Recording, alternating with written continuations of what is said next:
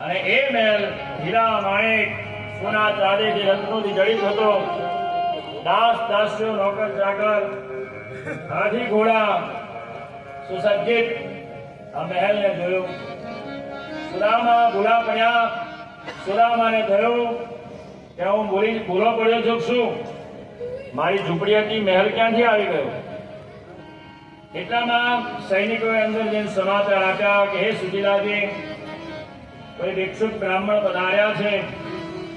સુશીલાના મનમાં શંકા ગઈ કે અવશ્ય મારા સ્વામી હશે સુદામા. બહાર આવીને જોયું તો સુદામા મૂર્છિત પડ્યા હતા. પાણી છાંટ્યું, ઊભા કર્યા. સુદામા કહેવા લાગે કે આ બધું શું થયું? સુશીલાએ કીધું તમે જે કૃષ્ણને મળવા ગયા ને એનું આ પરિણામ છે. તમને ધનપતિ બનાવી દીધા છે, કુબેરનો ખજાનો આપી દીધો, ઇન્દ્રની સંપત્તિ તમને આપી દીધી. જુઓ રાજમહેલ. અને ઘરમાંથી બાળકો સોનાના કટોરામાં કાજુ બદામ ખાતા ખાતા બહાર નીકળ્યા.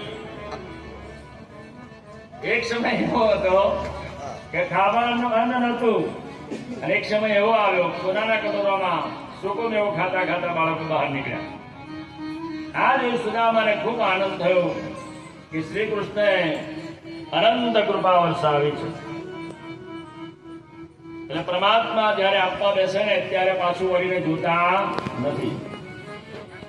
સુપાત્રતા જળવવી પડે, સુપાત્રતા મેળવવી પડે, યોગ્ય થવું પડે.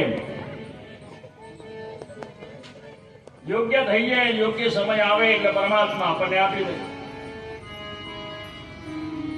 જ્યાં સુધી યોગ્યતા ના આવે ત્યાં સુધી પરમાત્મા આપણને આપતા નથી. કોઈ પણ વસ્તુ હોય.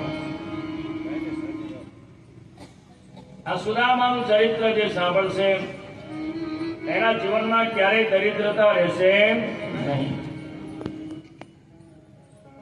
અને જ્યારે દ્વારિકા જાઓ ને ત્યારે એક પડિયામાં પૌવા લઈ દેજો, એમાં તુલસી પત્ર મૂકજો અને દ્વારિકાધીશને પૌવા ધરાવજો.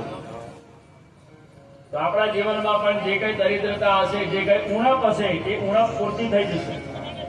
ઉણપની પૂર્તિ પરમાત્મા કરી દેશે. જે કચાશ રહી ગઈ છે જીવનમાં, જેની ઈચ્છા બાકી હશે એ પરમાત્મા એ પૌવા ખાવાથી તમારી ઈચ્છા પૂરી કરી દેશે.